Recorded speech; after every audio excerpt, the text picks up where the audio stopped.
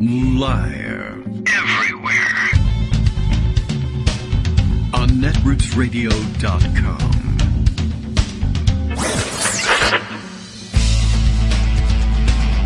David Waldman. Kagro. In the morning. Now, here's David Waldman.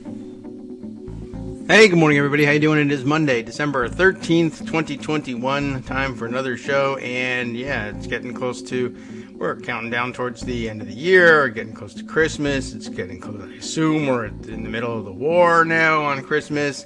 We know how these things are supposed to go at this time of year.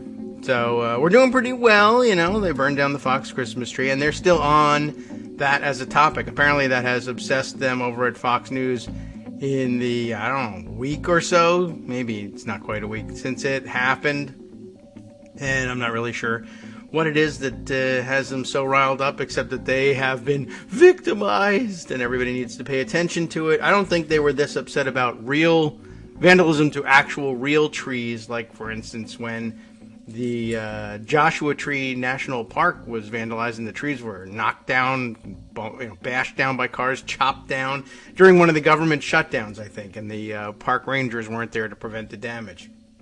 That didn't upset them nearly as much as this fake tree, which, by the way, I think you must have, you almost certainly saw the fire. Just as important, I guess, interesting anyway, was the aftermath of the fire, which revealed that the Fox Christmas tree was a fake thing, a metal framework with some real branches sort of, stapled to it, I guess, essentially. Which, I guess it's no weirder than any other artificial Christmas tree, although I guess it's a hybrid. Anyway, so it got burned down, and they're very sad for themselves, and they're still talking about it over there, which is amazing because there's so many other things happening, and no attention being paid to any of those. But that's what we're here for.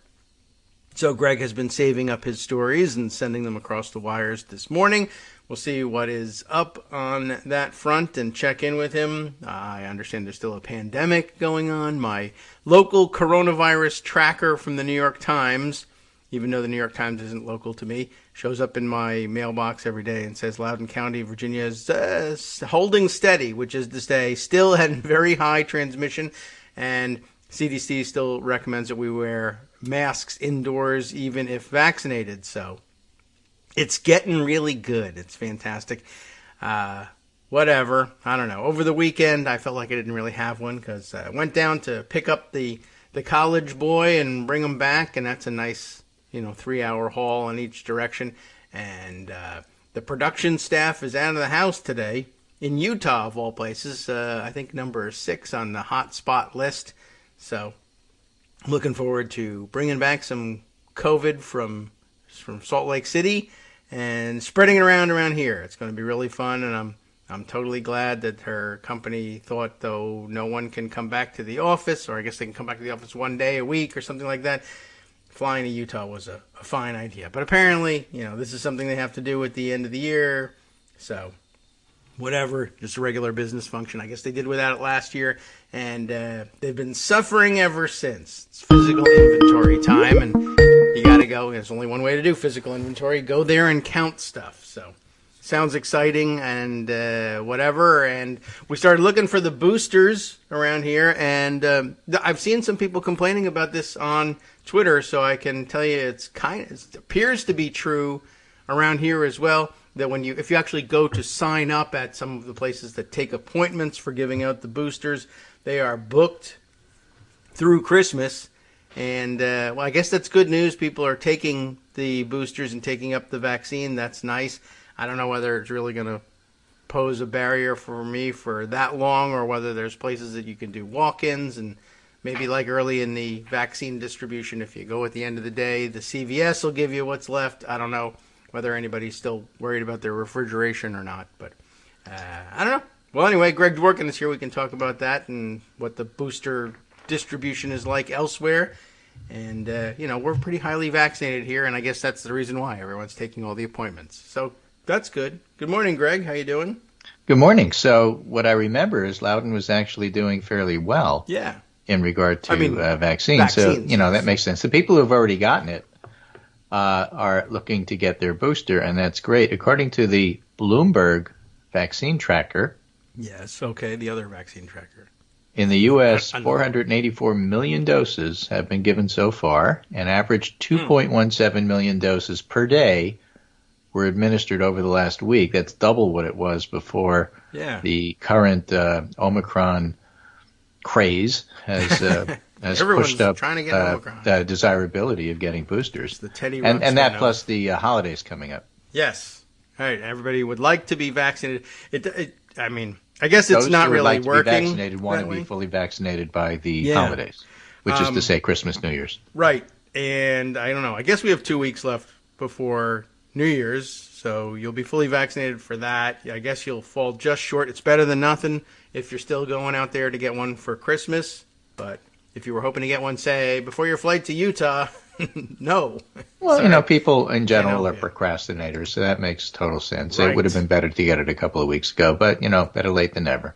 Yes. I know a lot of people thought about that earlier and then said, well, I don't want to have any possible reaction during Thanksgiving, and said, I'll just get it after. Which is quite different than saying, well, I don't want to get COVID during Thanksgiving. Yes, right. I mean, they hopefully don't get either one. If you can't get the one, I hope you don't get the other. Unless you don't believe in one of them, in which case, go ahead and get it. Well, you know what the deal is with opinions, right? I mean, for people who don't agree with me completely, since I'm the center and everybody's either to the left or right of me, then anybody who is doing boosters in a way different than I did is either having moral panic or, is completely a sheeple. Mm-hmm. Okay. Right? Yes. So I mean, the obvious correct thing to do was to get your booster 2 weeks ago, and why you didn't can only be attributed to the fact that you need to, burn in hell damnation forever because you didn't do it my way or something. I don't know. If you read Twitter, you learn these things. Yes, I sometimes feel like I'm already burning. Something like that. But it's just what's really going on here. Is that the U.S. is experiencing a Delta surge, which is a combo Thanksgiving and winter peak, or a wave, if you will. It's not quite as bad as it was last year, but it's still pushing hospitals, and that's not good. And there's certain areas that are doing better, like New York City and your area. And there's certain, that is to say stable. And my Connecticut area certainly has rising cases, but is relatively stable compared to, let's say, upstate New York or some other places that are really having a lot of hospital pressure put on them. New Hampshire is running out of ICU beds. They would sometimes send them to Albany, New York, but Albany, New York is running out of ICU beds. So there are parts of the country, Michigan and others, that perhaps are doing a little bit better than they were a week ago. But nonetheless, we still have this Delta problem. Omicron, on the other hand, is here and is going to surge, at least in terms of number of cases. Yes, we have. Now, the thing about Omicron in terms of how bad it's going to be, it's a question that is these days unable to be answered in a vacuum. Because when you mean how bad, do you mean how bad relative to Delta if you started with the United States population that had never had either infection or vaccine, comparing it to Delta?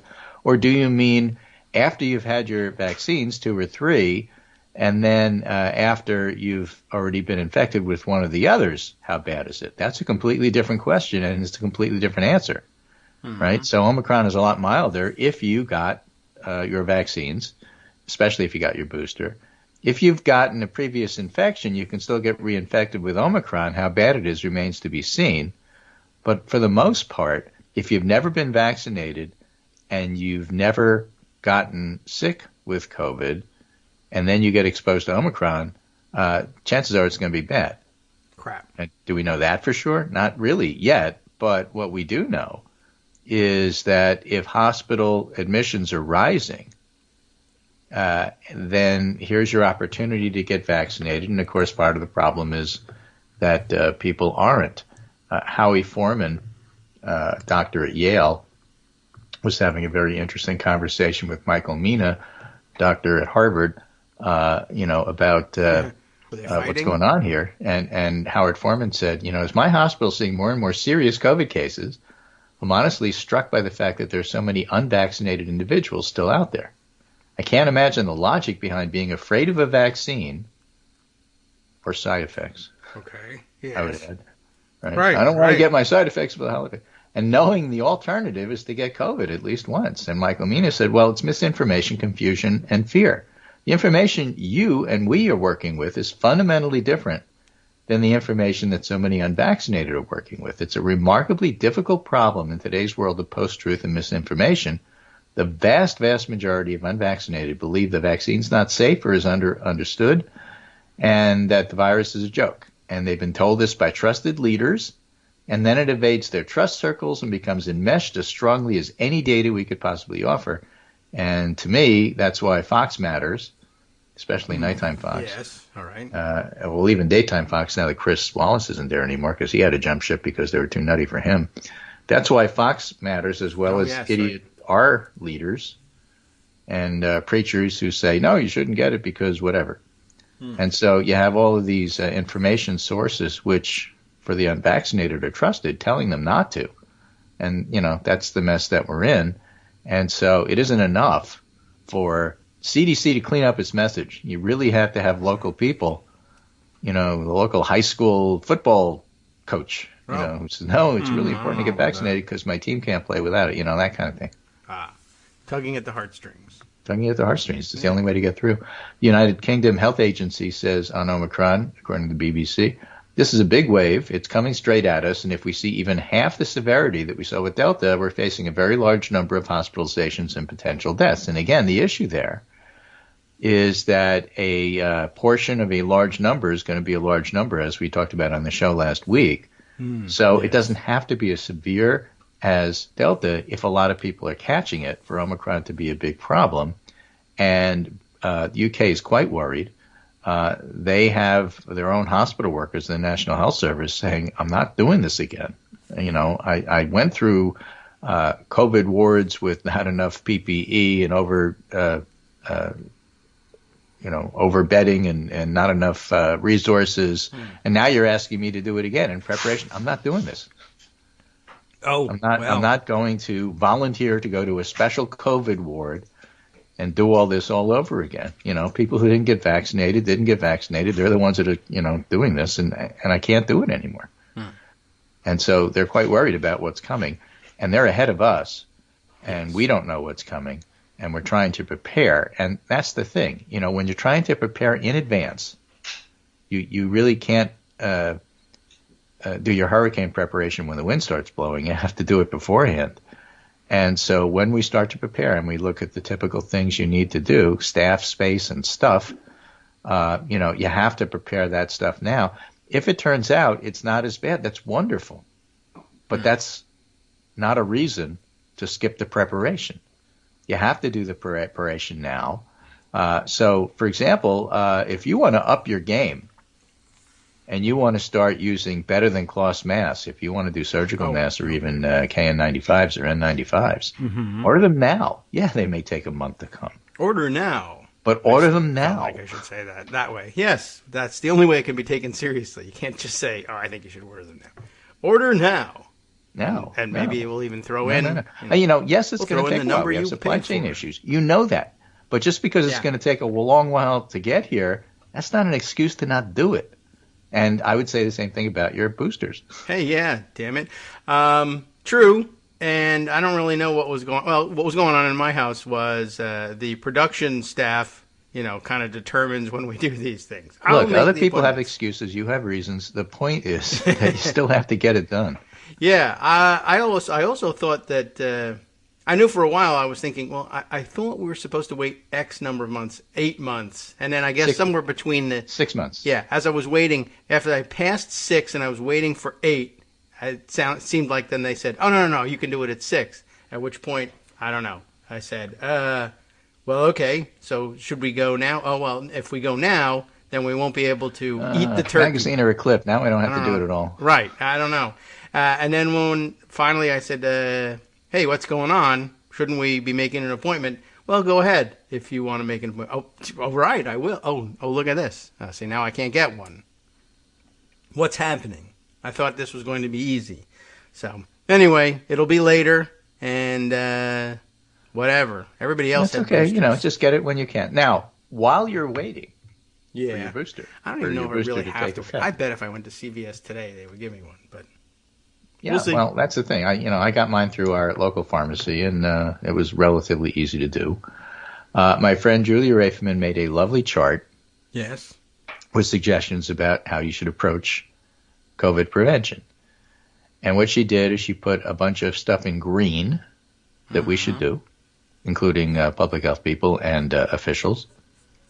And then yellow, which is less desirable, and red, which is stuff you really want to avoid, but sometimes you have to. In fact, a couple of the things that you want to avoid, but sometimes you may have to, are in like very, very red. Do nothing. Like lockdowns, and you don't have any control. You take the Republican approach, like in Missouri, no control, widespread illness and death, low quality of life, economic impacts. You refuse to do something, and then you make it illegal for anybody else to do anything either. Yes, that is happening in the southern states. So the green things that you should be doing, vaccine mandates and support. Okay. I shouldn't be challenging Biden on whether or not he's able to suggest that OSHA rules, in effect, OSHA rules. they do. Set up testing mandates with a vaccine exemption. Mm-hmm. But people are doing that regardless. But the private industries are doing it regardless. Yes. Okay. The thing is Thankfully. that you could yell at Biden all you want to that he shouldn't be doing this. But what he essentially did is say, I'm having OSHA put in this rule, and this rule is going to set what we in the general public call an expectation. All right, yes. It's not a mandate, it's an expectation. The mandate is you need to be tested if you're not, if you want to stay safe. And if you don't want to be tested all the time, then you really should get your vaccine. And several states said, well, you can't do that. It's un-American. And Biden said, I can do that, and I am doing that. And they said, okay, we'll sue you. And while all this is going on, the private industries themselves saying, it's not a bad idea. I think we're going to go ahead and do what Biden suggested. That expectation we will meet.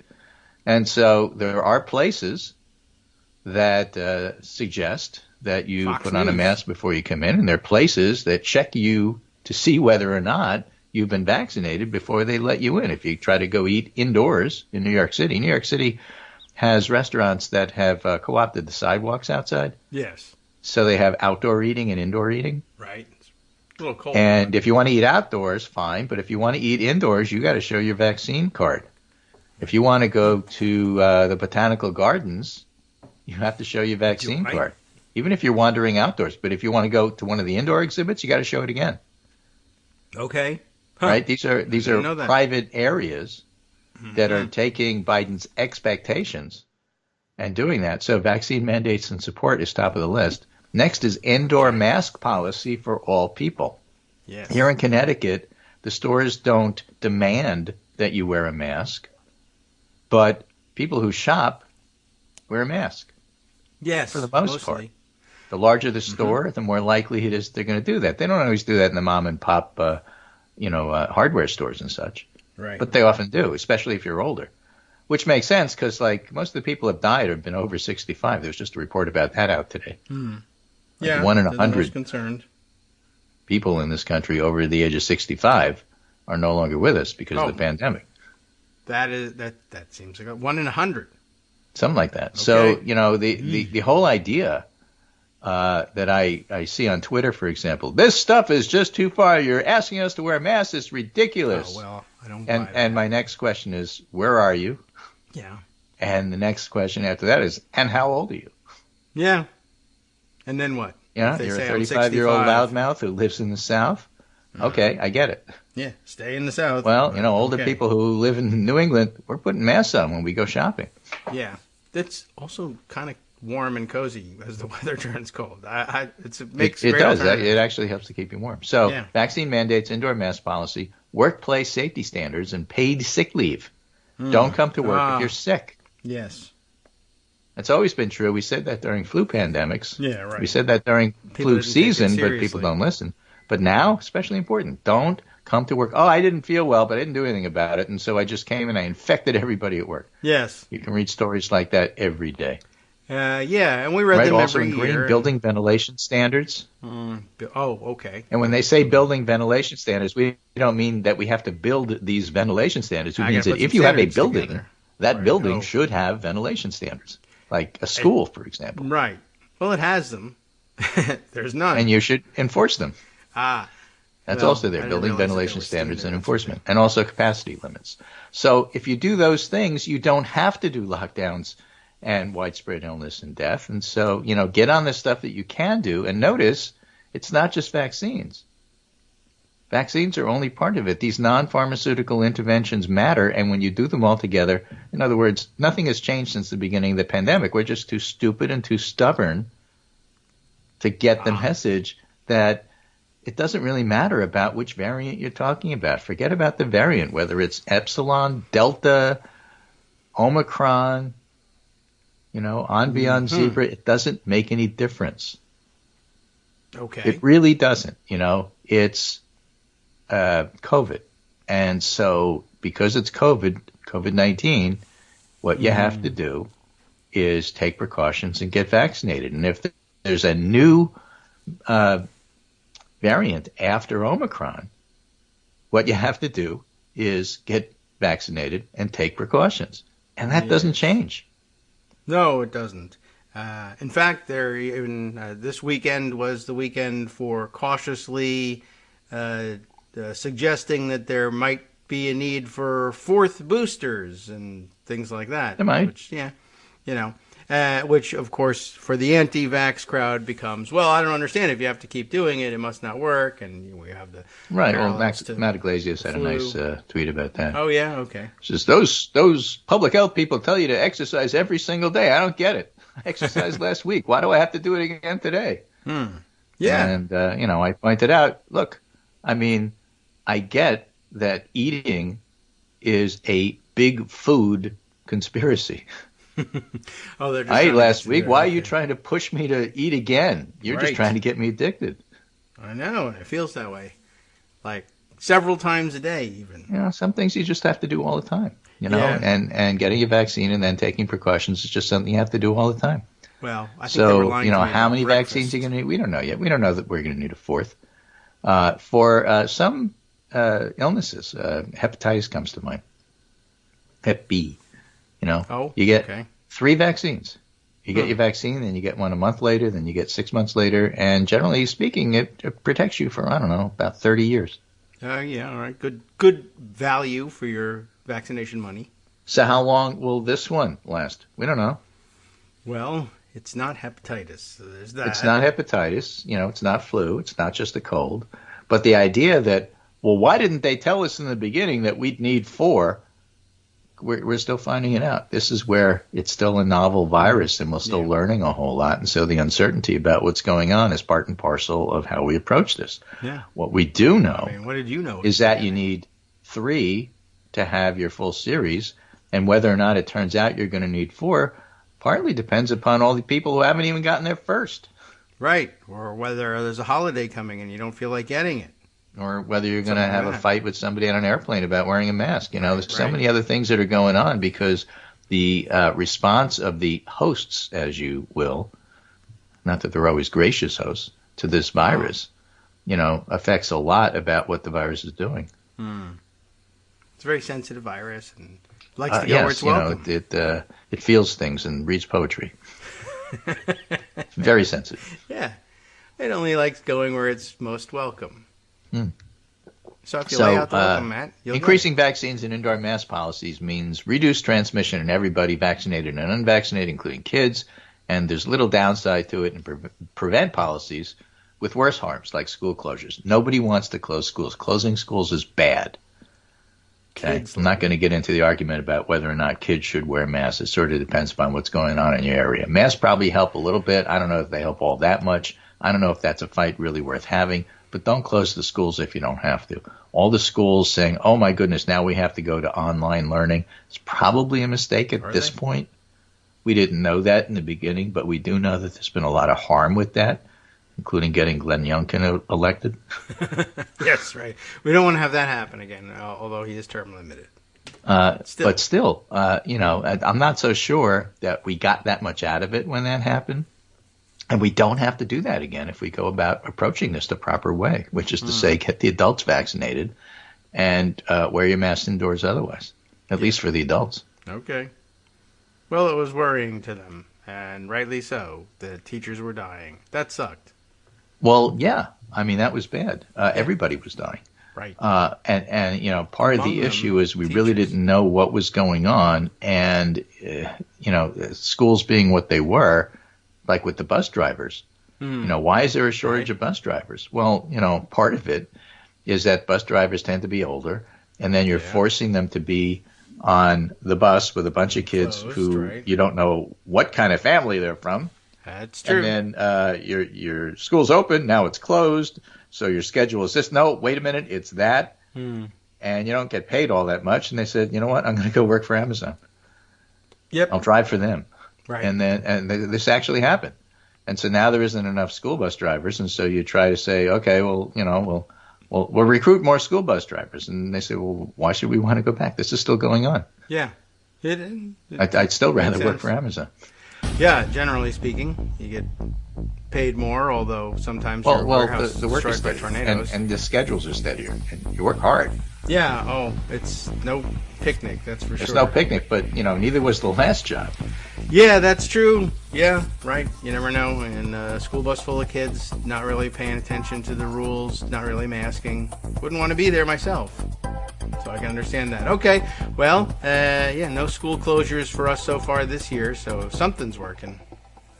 Hi, it's me, David Waldman, the same guy who was just talking to you a second ago.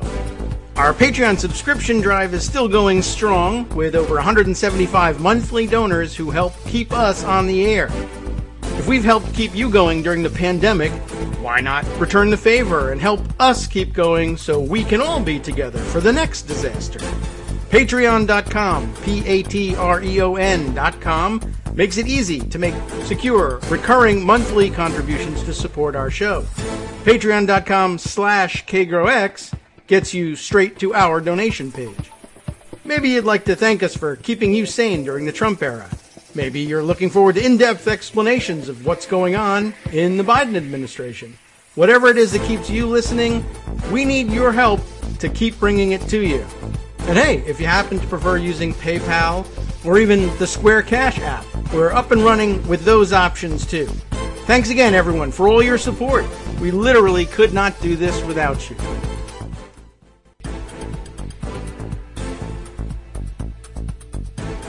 All right, welcome back now to the Kagro in the Morning Show here on Netroots Radio. We continue on with, is there more pandemic things to do? It's fine. It's all over the place. There's always stuff. So this one is from the San Francisco Chronicle. I have this in the Pundit Roundup today, but let me just drop it at the bottom of our internal list that we have here that sometimes works and sometimes doesn't.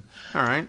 Because I don't always get it in the order in which I present it on the show. Right. Omicron in Oakland, how a Wisconsin wedding with super responsible vaccinated people led to outbreak. Oh. So these are health people. Kaiser Permanente's Oakland Medical Center staff go to Wisconsin to celebrate a wedding. They're all vaccinated. They're all indoors. They're all wearing masks. They have a few drinks. They go on the dance floor without their masks. Somebody gets sick, and they all bring it home.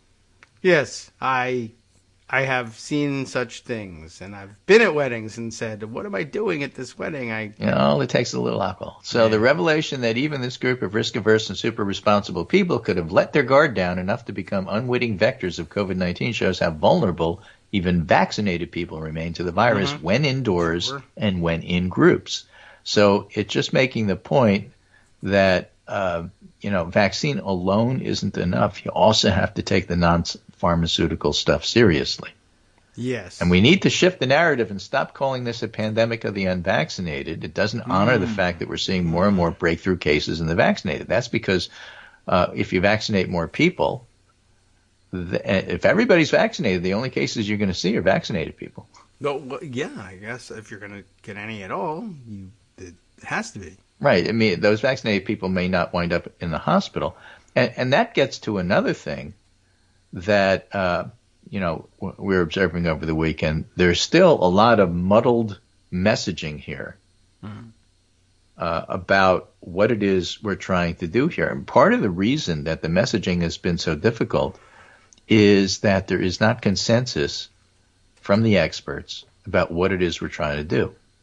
It isn't just that the messaging isn't clear about what we're trying to do. The consensus isn't clear about what we're trying to do. Yes, there's consensus about the fact that these vaccines are designed to keep you out of the hospital and dying. Everybody agrees on that, all the experts. And they tell people that's the major reason you should get vaccinated. But people don't think that way. No. They think that hospitals are for other people. I'm too healthy. I'm not over 65, and I'll never get it. And I wash my hands, once a week, so I should be fine. Right? So what about decreasing the number of illnesses you get or decreasing how sick you get outside of the hospital if you get your vaccine?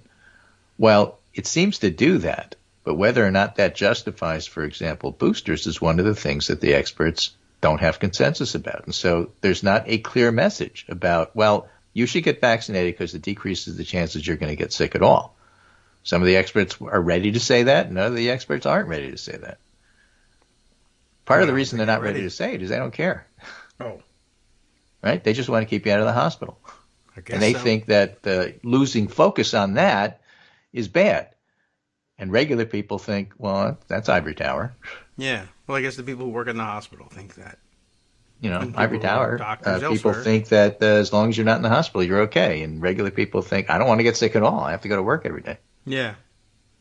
Right. True. So, I guess so that's part of it. So I think that was an important observation. I think this was an Omicron. That's the title, Omicron in Oakland, how a Wisconsin wedding with super responsible vaccinated people led to outbreak.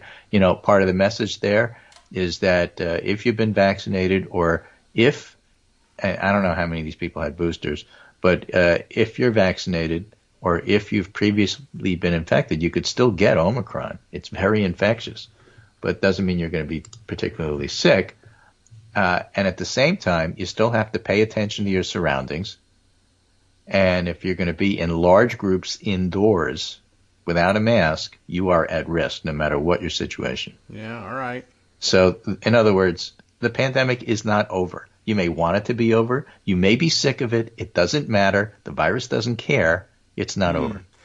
It feels like there were times during the pandemic when there were lulls, and it seemed like, now with a group of vaccinated people, the transmission actually is fairly low, pre-Omicron certainly, and I guess Delta was out there and circulating, but there were in pockets in this country anyway, and there were times over this for the summer, late summer, that it seemed like I thought the message here was, and places that had mask mandates began to drop them because the transmission numbers were low, and I feel like the advice then was, if everyone's vaccinated, maybe it's okay to get together indoors for events like this after all. And then, as long as everybody else is vaccinated. Right. And then we had our backslide, and then Omicron, and maybe it's not so safe. So Delta and Omicron changed a lot of that because they're more infectious than the previous thing. That advice was okay for Alpha or whatever the original one was. Yeah. I don't know. But with the Delta and Omicron variants, you still have to be careful. So what does the public think? Anthony Salvanto from CBS has some polling over the weekend, which I think was pretty interesting at CBS YouGov. Are you confident the vaccine protects you from serious illness and variants? Right. Somewhat confident, 57. Very confident, 28. Not at all, 14. Oh. So people still trust the vaccine to a certain extent. Yes, seems right. Okay. Over the holiday season, are you planning to gather with friends and family? 68% say yes. Shop in person, 64. Travel by car, 56. Dine out in a restaurant, 52. Right? So that means that as far as the economy goes, we're not over pandemic stuff. Okay, have you canceled plans because of Omicron? 19% say yes, 81% say no. Mm-hmm. Yeah, well, we haven't had a tremendous amount of Omicron yet. Right, so. and most people aren't changing their plans because of Omicron, and that's okay. As I said, don't. Yeah. Just, treat it like Delta. Delta's bad enough. Yeah. As you also said, people don't tend to do those things until they find out that their neighbor has got it, and it's too late to, at that point, probably say, okay, well, I won't go again tomorrow, but I already have it now, and I didn't know it. Right. Now, this is an important one for a lot of reasons. Anthony Salvanta says this is always a critical measurement because it's a clear case where views lead to behavior. Compared to last summer in Delta, concern overall is less intense. Delta July, very concerned, 24%. Omicron now 17%. Yes. Okay. Somewhat concerned, 41%, now 38% in July. Not very concerned, 42% now, 38% July. You can argue that those last two numbers aren't all that different. I would argue that looking at this, people still take it seriously, but the whole idea that somehow or other the country's panicking or there's moral panic over this is that's stupid. That's not what people are doing. Just the opposite. They're going about their business the way they normally would, and that's what this poll says. I think you'd be right there. It's, nobody's panicking. Shut up about panic, you panicker. I guess so. I mean, I would have been ordinarily, I think, prone to panic. No, what happens is, I don't like masks. Oh, this Omicron thing has come out, and now people are saying you should wear a mask because of Omicron. It's moral panic. Everybody's panicking over Omicron. No, they're not. They're just telling you to wear a mask indoors like you always were supposed to do, and you still don't like it, so you call it panic. Yeah. All right, I'll buy that. That seems about right to me. Right? All this doesn't mean they shrug off concerns, says Salvanto. They think they can mitigate them. Part of that is the vaccine and the booster plans. Are you planning to get a booster? Among those who got vaccine but no booster yet, 69% say yes. Yes. 31% say no. I don't know what's with that 31%. Get on the stick. You 31%ers, you got to go get your booster.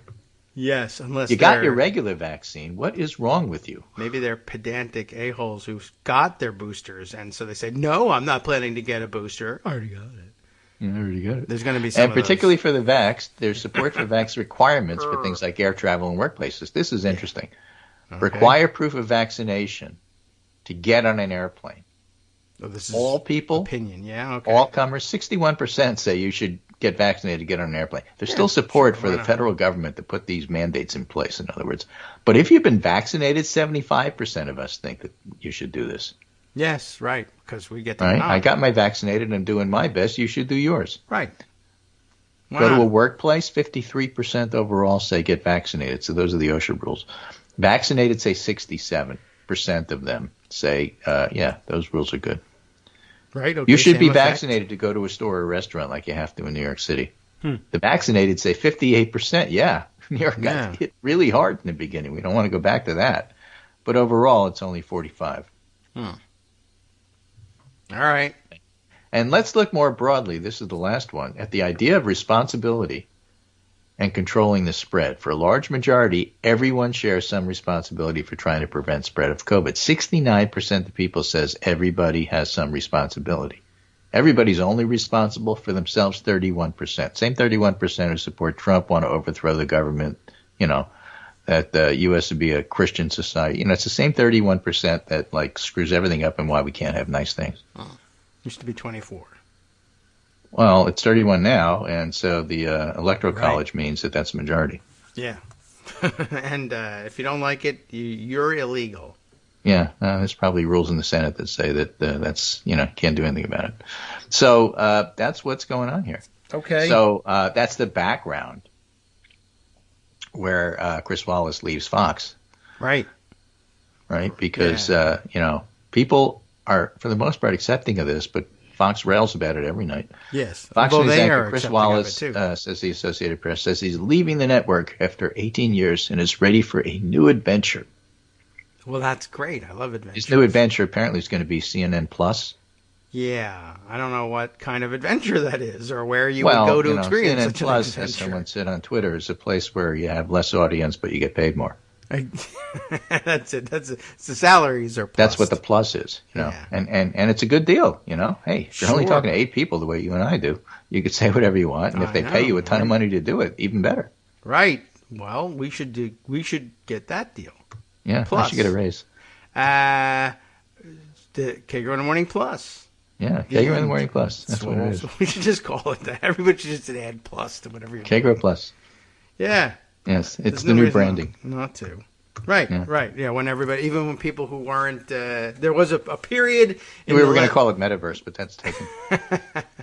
Yeah. Well, we'll call it MEDI verse and try Metaverse, right? Exactly. And get away with it too. I was just brought back to that period of time in the, I don't know, late 90s, early 2000s where everybody just said, well, let's add either .com or interactive to our name, and then we'll be like up to date, and people will go crazy for our stock. Yeah. And now it's too late, and everybody has gone to buy crypto instead now. Right.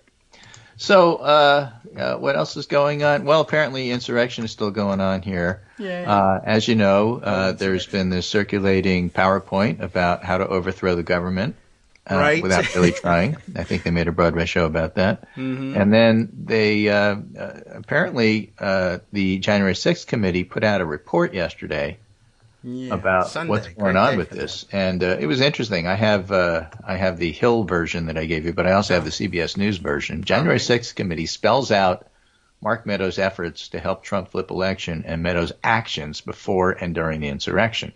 Yes. And one of the interesting things buried in here relates to what we talked about last week about who's lying about the role of the National Guard. Right.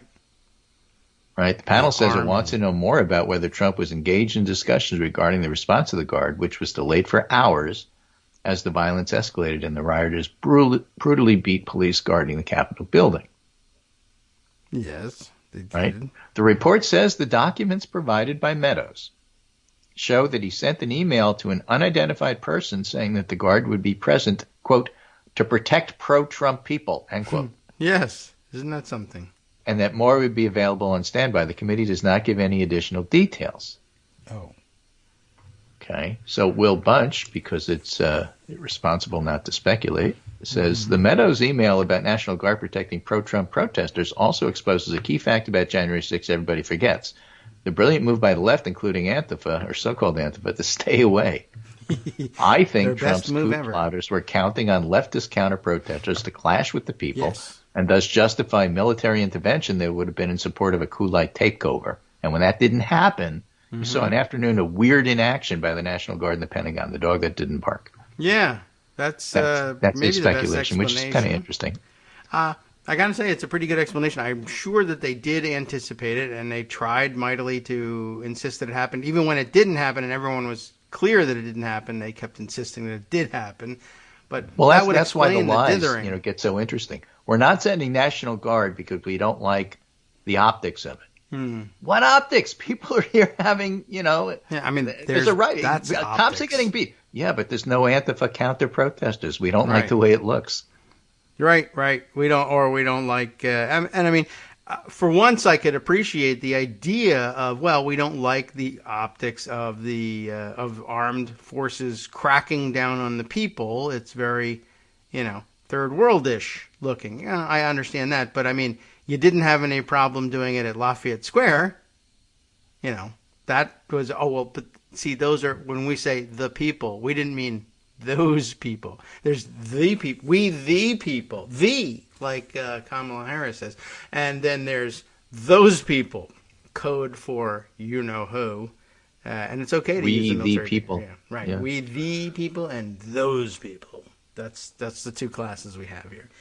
Yeah. The and theys. It explains a lot of the dithering. The and them. We have the people and them people. Right. It does explain the dithering, though. Like, we're not sure what to do now because we were told we were going to go there and crack Antifa heads, and they're not there.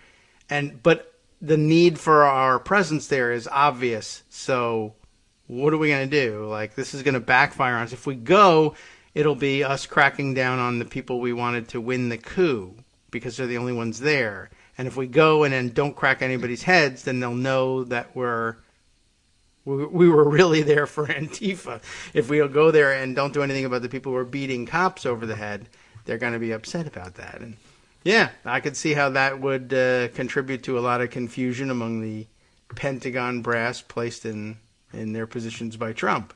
It's going to look funny. So Marcy Wheeler warns us that both this PowerPoint that was circulating with a lot of the conclusions about how Mike Pence could overthrow the election. Yes. Which was shared with some congressional people. Yes. And early. I think Mike Lee's the only one who I see named on this. But at the same time, parallel to that, John Eastman and the lawyers over at the Willard were working with a similar concept. Yes. And it turns out that the PowerPoint was created in part, and nobody ever said Meadows did it. The Guardian original report didn't say that. But the author was a guy whose name I can't even remember anymore because he's not that important, but who was an election denier, who was part of the creator of this that gave it to Meadows and was giving it to a whole bunch of other people. And part of the question that the January 6th committee has for Meadows is, I know you had it in your possession. You gave it to us. Did you circulate it to anybody? It was circulated among congressional people. Yeah. Did you do that? Okay. Legit question. So he's not ready to answer that. And he's not ready to answer that. Yeah, a lot of information over the weekend about it, about it circulating. And it was apparently widely circulated. And at some point over the weekend, the talk was of Lara Logan, who's already having innumerate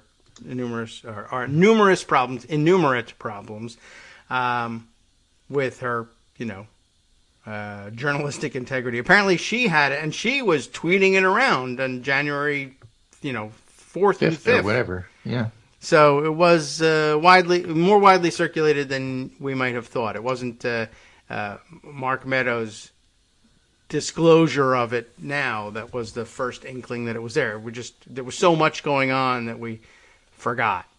Yeah, but the question is, had it already. If congressional people knew about this, why didn't they report it?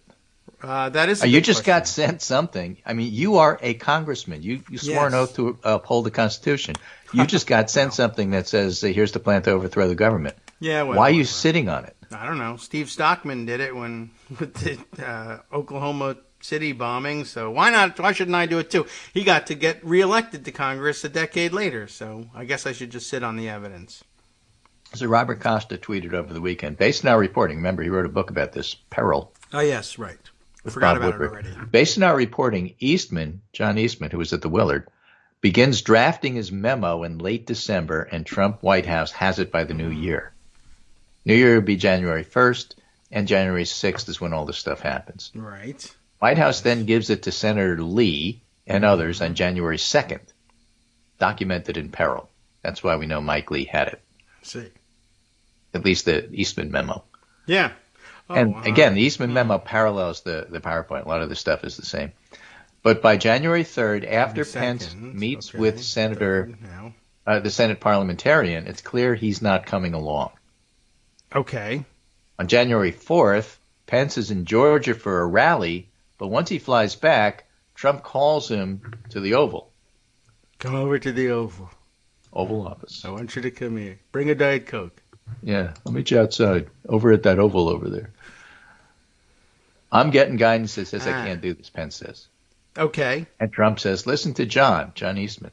Right. As Eastman and Trump pressure Pence and Pence's aides and lawyers, the rest of the Trump White House is in full steam ahead mode the same day.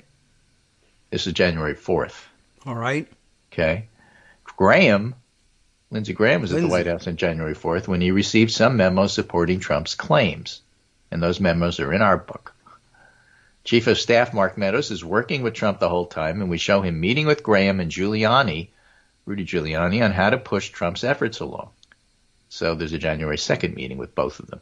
But there's still lingering questions regarding Mark Meadows' role and Mark Meadows' knowledge. Now, months after Peril is published, we're learning more about both Meadows and that key day, January 4th. Think of it as the setup day for the eve of the insurrection, January 5th, when Bannon and Giuliani work from the Willard and Trump pressures Pence in the Oval Office.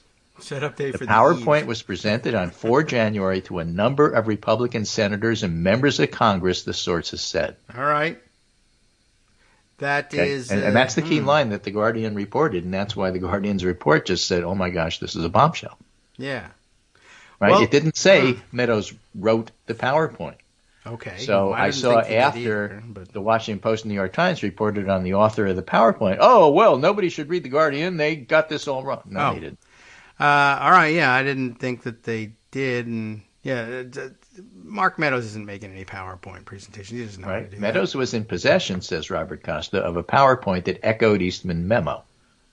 The origin story of the PowerPoint is still a key reporting target, although the Washington Post reported on the guy who was partially responsible for it, and that he presented it to Meadows, and the committee probably wants to talk to him too. Yeah, I would guess so. We now know in the critical January 4th to 5th period, where the pressure on Pence is level 10, dial it up to 11, folks, you have not only the principals leaning on the vice president, but numerous documents circulating to make the case. The Eastman memos, the PowerPoint, and Jenna Ellis memo simultaneously. But despite all of these docs and PowerPoints, the most revealing thing of the period isn't the document. That's why there's no smoking gun to be gotten, as Marcy Wheeler says. It's what he said to Pence on January 5th, the day before the insurrection. Okay. I mean, why isn't that the smoking gun? My book, Peril, says Robert Costa. At the end of the day, Trump isn't looking to these docs to make his case, these documents, not doctors. He's not looking to these documents to make his case. He looks to the gathering mob in the street. If these people say you have power, wouldn't you want to, Trump says? I wouldn't want any one person to have that authority, Pence says. But wouldn't it almost be cool to have that power, Trump said? No. Wouldn't it? Says Pence. Almost cool. Yeah, that's a good answer. I mean, it's his best answer so far. No. Yeah. Wouldn't be. And this is why, You're right. I believe me, bad. I'm no fan of Mike Pence, but I do give him credit for doing the right thing here. Yeah, I mean, he was under immense to some pressure. extent. Sure, I give him some credit. That doesn't mean I'm going to let him off the hook for everything. But I mean, that's the right answer. He lied about it every day since. But, and he's been no help. Day, or on those few days from the 2nd to the 5th or 2nd to the 6th. Yeah, he did the right thing. Yeah, that's true. It was afterwards where he could have been saying, "I was witness to all of this, and I will tell you." Let me tell you what happened. Okay. I was there. He could have done that, and he didn't, and he's still not doing it. Right. And he should be subpoenaed to the committee too. Yes, right. Let him answer there. But that was the best moment, I think, for him. There were a lot of moments of him saying, I'm being told this, and this, and the back and forth. But the point, I like that, the point blank answer. Well, wouldn't it almost be cool? That's a very weird approach to it, too. Well, wouldn't it almost be cool if it really was that way? That's an awfully stupid question, but great answer. No, it would not. It would be very, very bad. Oh. Right. Shoot. And then after Robert Costa wrote that tweet storm, yes, he adds another important data point on January 4th. Robert Bobby Peede, P-E-E-D-E, Jr., yes, and Max Miller met with Trump in his private dining room off the Oval Office on January 4th. Yeah, who are these guys? To discuss the January 6th rally. And who are these guys exactly? January 6th committee, says CNN, subpoenas Trump-backed congressional candidate. Max Miller is running for a seat in Ohio. Sad. House Select Committee investigating January 6th riot issued 6 additional subpoenas Friday, including one to former aide to President Donald Trump and current Ohio congressional candidate Max Miller. The targets in this subpoena include Robert Bobby Peede, Jr. Yeah, that's the guy I want to know about. And Miller, who met with Trump in his private dining room off the Oval Office on January 4th to discuss the January 6th rally on the ellipse and who would be speaking, according to information and documents provided to the panel. The committee mentions that rally organizer Katrina Pearson, former Trump campaign official reportedly involved in the organization of the 5th and 6th rallies, served as a liaison between rally organizers and the White House, and she's also been subpoenaed. She was at the meeting as well, and this is the first revelation by the committee that draws a direct connection between rally organizers and Trump. Okay. I mean, Brian Jack, Director of Political Affairs for Trump, Brian Lewis, who had a rally permit, are also subpoenaed. Ed Martin, an organizer with Stop the Steal movement, and Kimberly Fletcher, who's tied to an organization entitled Moms for America, who organized the January 5th rally. So the committee writes in its subpoena that Fletcher was in communication with Stop the Steal rally organizer Ali Alexander, who's already testified, and just went in for a deposition. Mm-hmm. All 6 individuals are required to turn over documents to the committee on December 23rd, with depositions scheduled throughout the beginning of January. 10 days from now, okay. Miller, who was at that meeting, took to Twitter to say he'd accept the subpoena. What does that even mean, though? It's accept the subpoena. I accept that Yeah, I got I'll it. go. I'm not going to declare the fifth. I'm not going to say Trump told me not to. I'm going to go. Well, But he we'll also see. railed against the committee's investigation, pledging that one of his first acts as a member of the House would be to help disband the panel. Well, sure. If you get there, then there won't be any panel. Not just because it's you, but if you get there, it's indicative of the Republicans. The first thing I'll do when I get there is get rid of this panel that's investigating me. Right, which is not an I'm running on problem that. That's at all. my campaign. That's for real, right? Well, he just joins, all the other Republicans running for things for like Secretary of State. If elected, I will overturn any election that doesn't show Republicans winning. Yay, we'll vote for you. I mean, It's a good investment as a Republican, right? I was wondering about that over the weekend. How much would you donate to a campaign that tells you, oh, by the way, you don't have to donate to campaigns anymore because it doesn't matter if we spend money, because it doesn't matter if we win. We'll just declare ourselves the winner. Wow, that's valuable. I will support that guy. Yeah.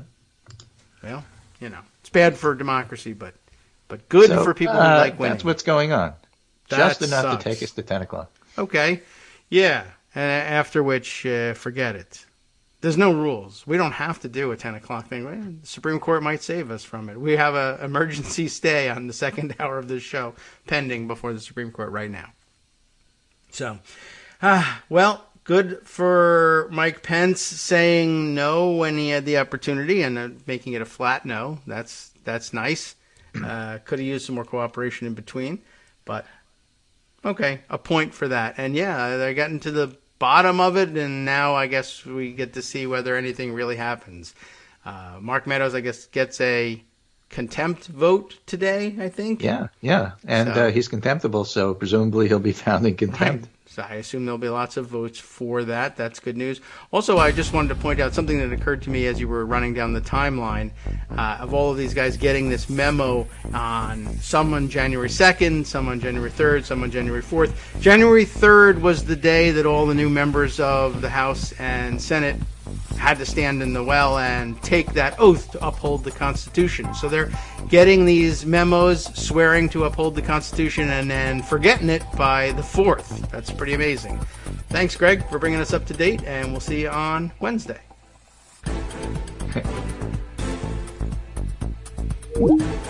Welcome back now to the Kagro in the Morning Show here on Netroots Radio. So you see how well that worked out for us, Greg. We've been pondering some production notes.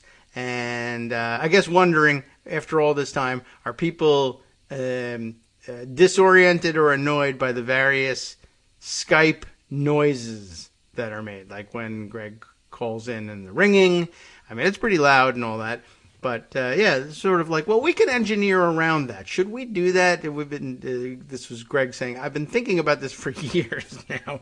And should we could arrange things around getting rid of some of those noises. And then it kind of occurred to me that, I don't know, the noise is sort of a good in-your-face reminder that, yes, it is time to shift gears. Because otherwise it's possible that I could do like a first half hour of the show could be, well, so we were making lunches for everybody, and I got that ketchup all over the place, and you know how that is. And I hate when the ketchup gets all over the cap, and then somebody doesn't clean it, and it hardens on the cap. It's just gross. You know how it is with kids, and no one would care about that. Whereas the big ringing from the Skype thing, even though it doesn't always mean we shift gears immediately, it is a reminder not only to myself but to the audience. The audience can start to say, it's been 10 minutes since the phone rang. Like, when are you going to shift gears and talk to Greg? Okay. Whereas if you don't know it, the question was, could we engineer it so that there wasn't the ringing? And after all that discussion, and of course, we ran out of time in the 1 minute break, and we got the little the hang up noise that goes with that. So after a big discussion of can we eliminate all these Skype noises, we added another Skype. It's okay. Everybody, I think, has come to learn how we do these things, and we are hidebound traditionalists here on the show, I guess. And so we'll continue to do it this way, at least for the time being. Okay, so let's see. Other things to discuss over the weekend. We mentioned, the Chris Wallace thing. Lots of interesting reactions to that. A lot of people wondering what was the last straw for Chris Wallace at Fox. They could easily have played this very differently, a long-planned departure, which it may have been, but because of the fact that it was announced over the weekend and that Wallace said it's effective immediately, it made it sound like this was something that wasn't a long-standing plan, and then that got people wondering what was the plan and what was the reason, and so lots of speculation, and well, if nothing else, it was an excellent way to pique interest in CNN Plus, right? I guess people will begin to think, will I get an explanation for that immediate departure if I go over to CNN Plus? And then people say, I don't even know what that is, and do I have that channel? Where do I go to get it? Is it a streaming thing? Is it a channel I have to buy on cable? Is it an app I have to download if I have Fire TV? No one knows. I don't even know if CNN Plus knows. And I don't have much in the way of plans to find out. My way of finding out, I guess, will be, their job is cut out for them. CNN will circulate video clips of what's going on CNN Plus on Twitter for all of us to see what we're missing out on, I guess, is their probable plan for bringing us in.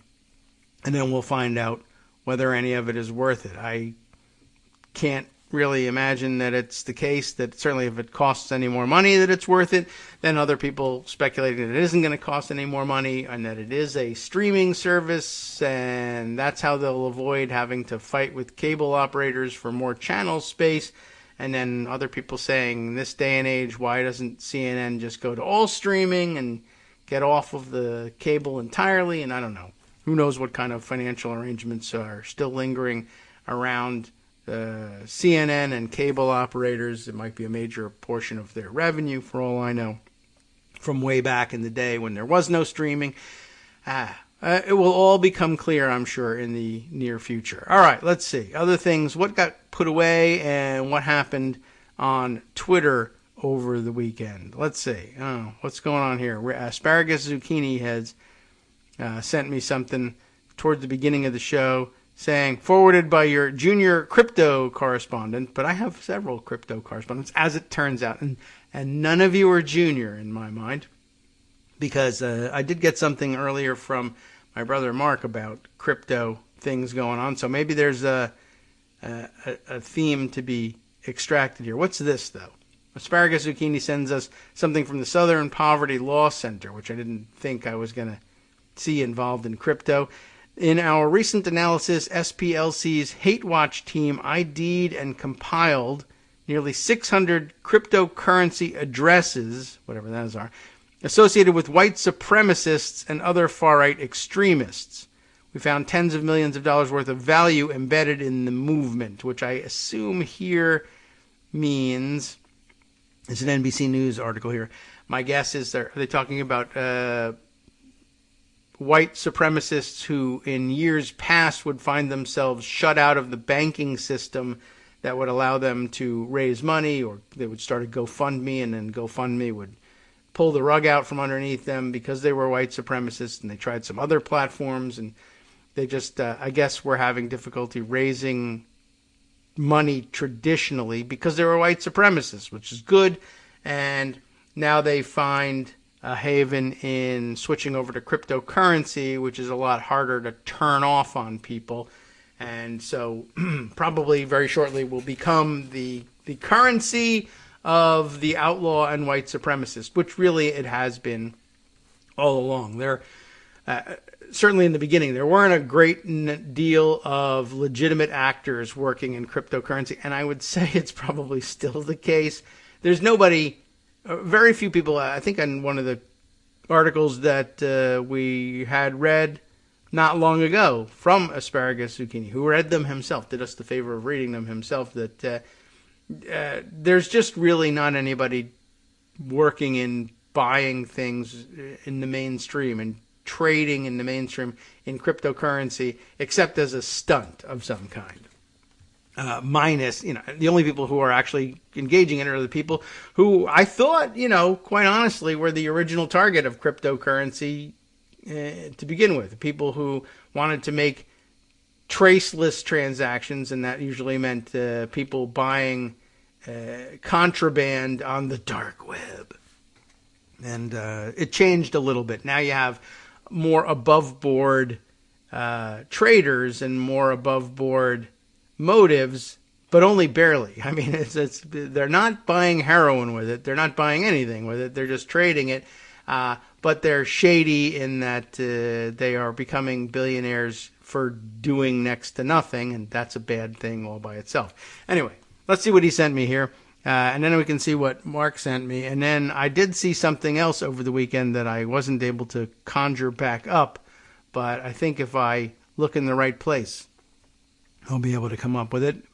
But here's what Asparagus Zucchini sent from attached to the Southern Poverty Law Center's tweet is this NBC News article. Bitcoin surge was a windfall for white supremacists, research finds. This is a fairly recent article, December 9th. What's that, Thursday? A report from the Southern Poverty Law Center tracked more than 600 cryptocurrency addresses used by white supremacists and far-right extremists. Usually the last people, the reactionaries, the last people ordinarily you would think who would be into the idea of, fake computer money that you can't hold in your hand. They're materialists, generally speaking, the white supremacists, but they're very forward-thinking when it comes to this, just not what role people of color should have in society, but very forward-thinking on the currency issues. Kevin Collier and Brandy Zadrozny. Okay. I remember her name from some other damn thing that was also pretty well reported. Let's see what this is. Some prominent white nationalists invested early in Bitcoin and have gotten rich off its sharp rise in value in recent years, researchers say. And it may very well be that they were just looking for a traceless way to buy their meth, but then they ended up forgetting to buy their meth and suddenly becoming rich with the Bitcoin that they still were holding when they forgot to move it and convert it into meth. Fringe movements have acquired an estimated tens of millions of dollars in Bitcoin and other cryptocurrencies, according to a study released Thursday by the Southern Poverty Law Center. This is an unforeseen consequence of all this. While Bitcoin today is used more as an investment asset than as a functioning currency, its early adopters promoted the fact that it was a way to conduct financial transactions without any involvement from banks. For some neo-Nazis, that dovetailed with anti-Semitic conspiracy theories about the financial system. Oh, that's an angle, right? And Megan Squire, the center's senior fellow for data analytics and a co-author of the report. I said but it's said. I think you figured that out. But okay. There's a pretty strong libertarian streak that runs through the far right, she said. Crypto looked to them like an interesting toy and a way of being in charge of their money and not having to use central banking. Then when you layer the anti-Semitism on top of that, as in the banks are controlled by the Jews, it makes a lot of sense why these early adopters, these libertarian-styled guys, would get involved in Bitcoin so early. That's a thought. The cryptocurrency world has grown swiftly in recent years, moving far beyond Bitcoin to include a wide variety of alternative digital currencies and blockchain-based systems. Blockchain, remember that, is a concept in which computer networks work together to create distributed systems that can be used to keep track of everything from digital currencies to ownership of digital art. Why, I don't know, but that's what they're doing with it. That growth has coincided with the rapid appreciation of Bitcoin. A single Bitcoin is now worth about $47,000. 2 years ago, the price was closer to $7,000. Squire and the report's other co-author, Michael Edison Hayden, a senior investigative reporter with the Southern Poverty Law Center, said they had identified more than 600 cryptocurrency addresses used by white supremacists and far-right extremists, including many high-profile personalities who have reaped major windfalls by soliciting donations in Bitcoin. Okay, everybody, I guess give me Bitcoin. A number of payment systems like credit card companies and apps like PayPal and Stripe have banned individual white supremacists, making cryptocurrencies more appealing for fringe fundraising. Any video streamer that you look at, any of the blogs that you go to, any of their Telegram channels, they all have Bitcoin addresses or some kind of crypto address where they take donations, Squire said. Maybe that's why I'm not rich. They all rely on Bitcoin at this point. That was not the case 4 years ago, she said. But while some cryptocurrencies are designed to be anonymous, most, including Bitcoin, make every transaction public. The same method that Squire and Hayden used to compile the report makes many white supremacists' cryptocurrency transactions visible to anyone who wants to look at an account's activity. The list of 600 addresses we analyzed is just a big list that I made of who owns what. The way that we get those is just watching the guys tell each other where to send the money, Squire said. It's just literally looking this stuff up on this public ledger. So it's not all that clandestine after all, but I guess the people were relying for a while anyway on the boredom it would induce to look through all of these listings and see who are the people who are trading these things. And I imagine that was supposed to protect them. And I guess it did for a while, but now no longer the case.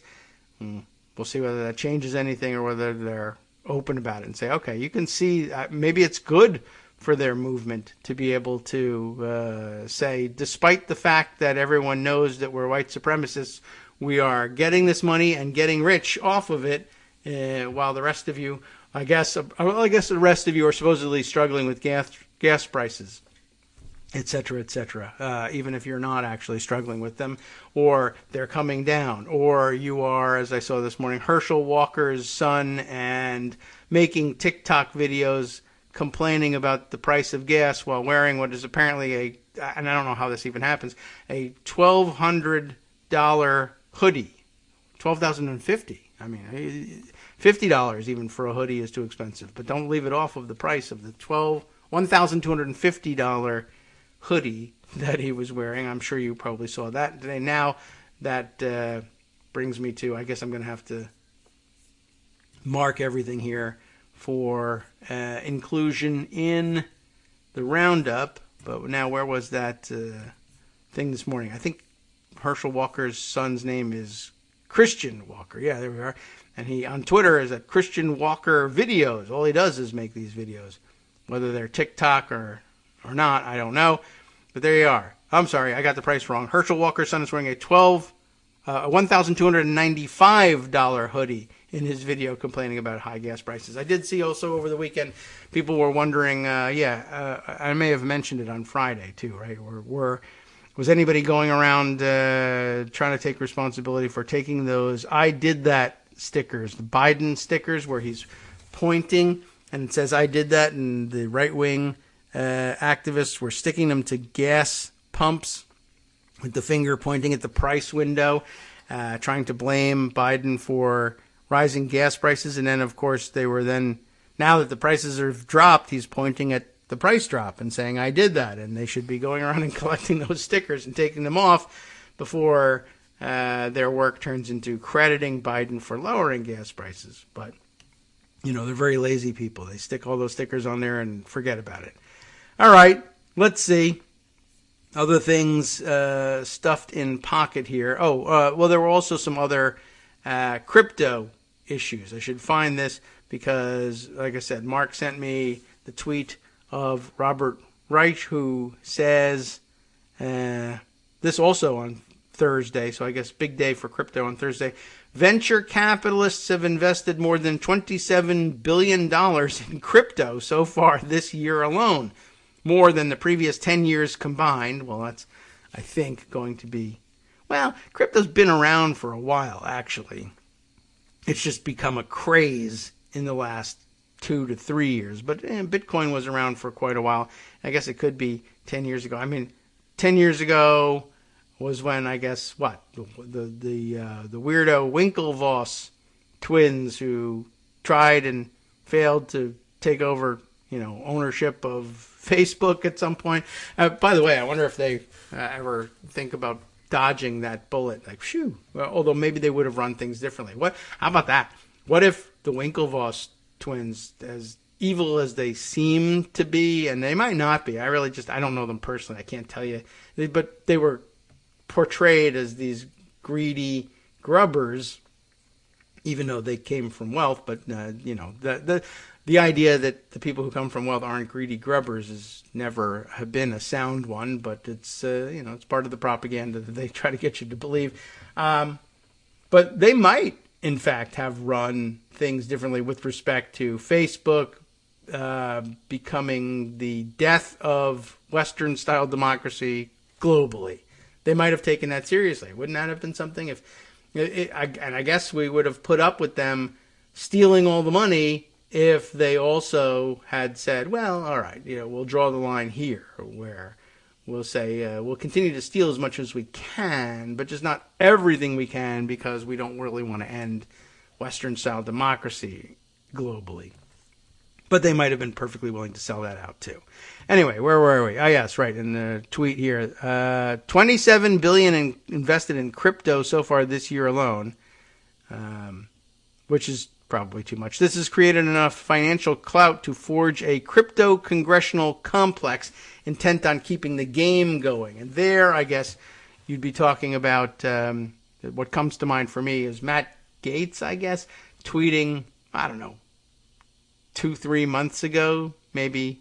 I don't know, maybe I have the time frame wrong, but relatively recently, but not fresh news recently, asking, didn't he say, well, why aren't we making crypto the new gold standard? Which would be a little counterproductive and stupid, but the idea here being there are definitely right-wing members of Congress who are very interested in crypto investors and becoming a crypto investor and making it, doing everything that they can as members of Congress to tweak the law such that they make even more, which is definitely something to look out for. Now, right on his Substack here has a piece about it, the crypto congressional complex, how speculators making billions are intent on keeping crypto unregulated, unobserved, untaxed, and uncontrolled. Why not throw this into the mix as well? He writes, I'm fascinated by how markets either promote the public interest or subvert it. Much depends on how they're designed. Markets don't exist in nature. They're created and enforced by governments, which is why the old saw about the choice being government or free market is so dangerously wrong. Good point. It prevents us from examining whose interests are being advanced and whose are being suppressed in the design of the markets and who's behind the design. In other words, where power lies.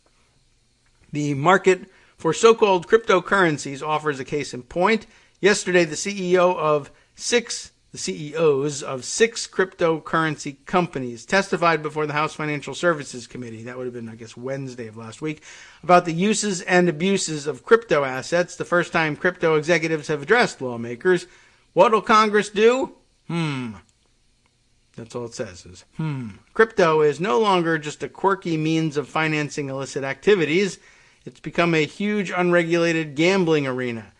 And as it expands to include ever more of the portfolios of private equity funds, hedge funds, mutual funds, venture capitalists, and Wall Street banks, it's fast becoming a political powerhouse as well.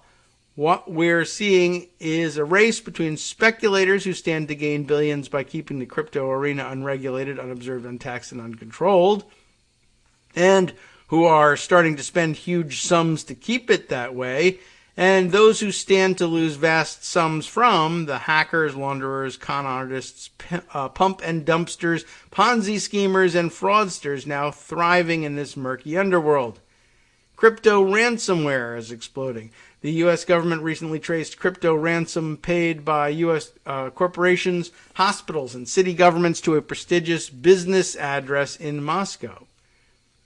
In May, the Federal Trade Commission reported that consumers had lost more than $80 million on crypto scams between October 2020 and March 2021, more than 10 times the amount lost during the same period the previous year, $2 million of which was lost to scammers impersonating Elon Musk. As the Wall Street Journal reported, Musk has become Bitcoin's biggest influencer, like it or not. In January, Musk added hashtag Bitcoin to his Twitter profile. In February, Tesla announced that it had bought $1.5 billion worth of Bitcoin and would accept payment for its electronic vehicles in it. Tesla later reversed course on accepting Bitcoin, possibly because I think it might even have been the case that, for the manufacturer of electric vehicles, it was going to save the planet from global warming or whatever, to be accepting payment in the most destructive, climate change-wise, the most destructive industry there is, that also has it doesn't even have the benefit of producing anything that people can actually use for anything. That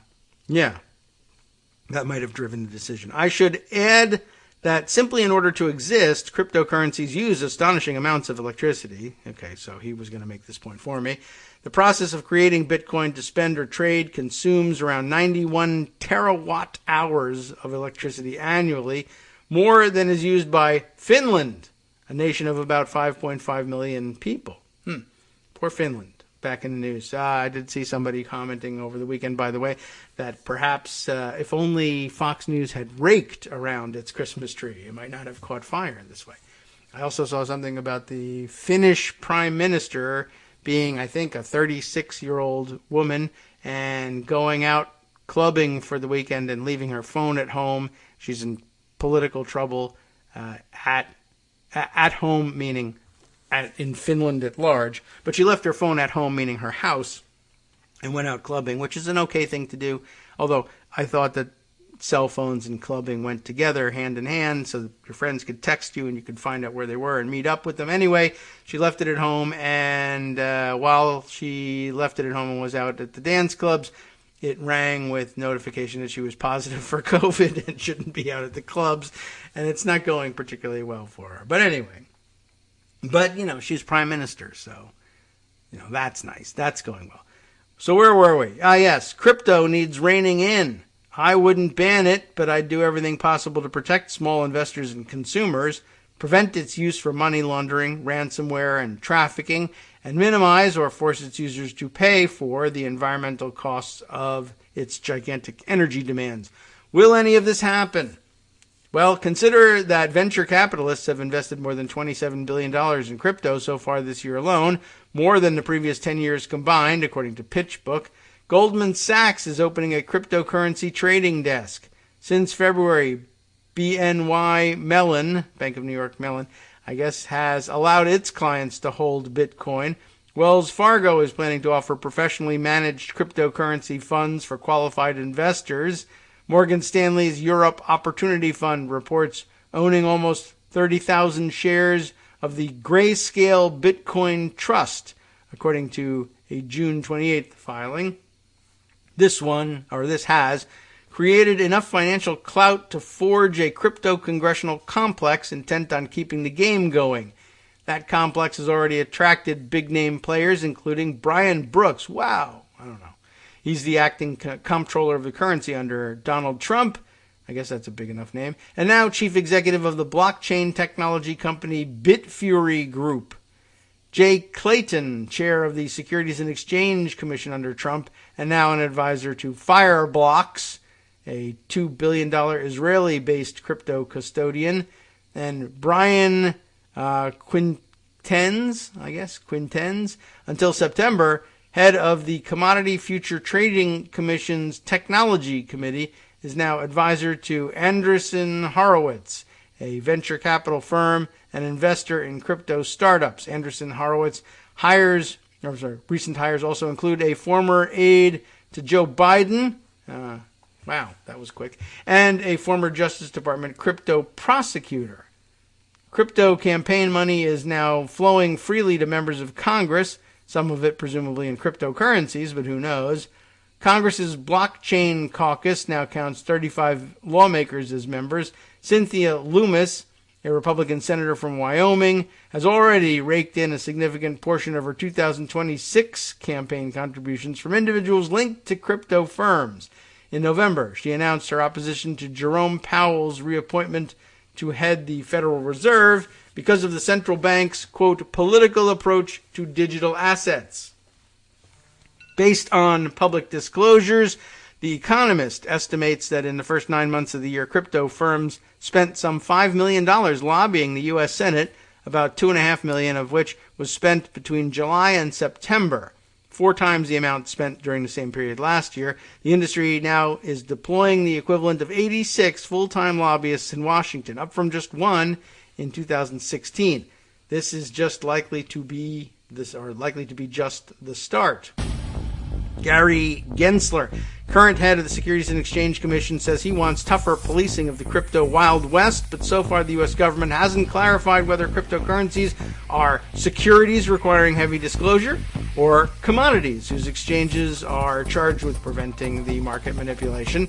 Crypto isn't even currently reported on the forms that hedge funds are required to file with the SEC, which list their ownerships of stocks and bonds, and this has left regulators in the dark. Wow. Hi everyone, it's me, Gil. Minimal contributor to content, but regular contributor to funding for Kagro in the morning. Let's change things up from David's so very tired plea for your contributions with a plea of my own. If you want to add your voice to the show, do it. Record your own segment using your favorite recording device and send it to David. Read an article and give your opinion. Write your own essay and read that. The sky's the limit. Well, not really. Try to keep it relatively short so David doesn't have to stress about cutting it and hurting your feelings. Join the hallowed ranks of Greg Dworkin and Joan McCarter and be part of this somewhat witty deep dive into political topics with unnecessary censoring. Lend your voice to the show by sending it to kagrox@gmail.com. KAGROX@gmail.com.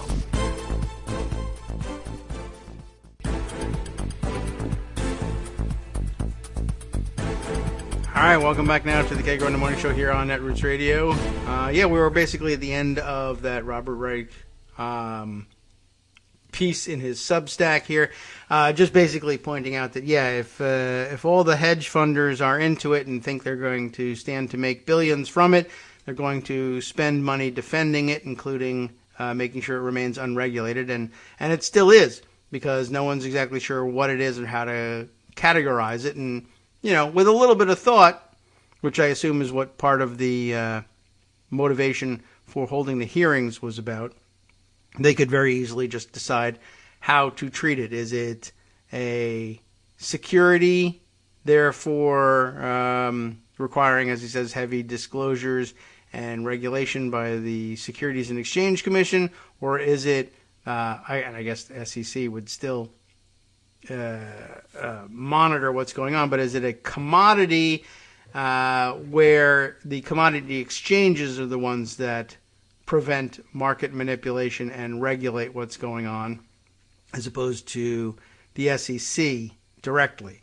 Anyway, all of which, as he concludes here, raises the question, as the crypto congressional complex continues to grow, how much longer will lawmakers and regulators be able to rein crypto in?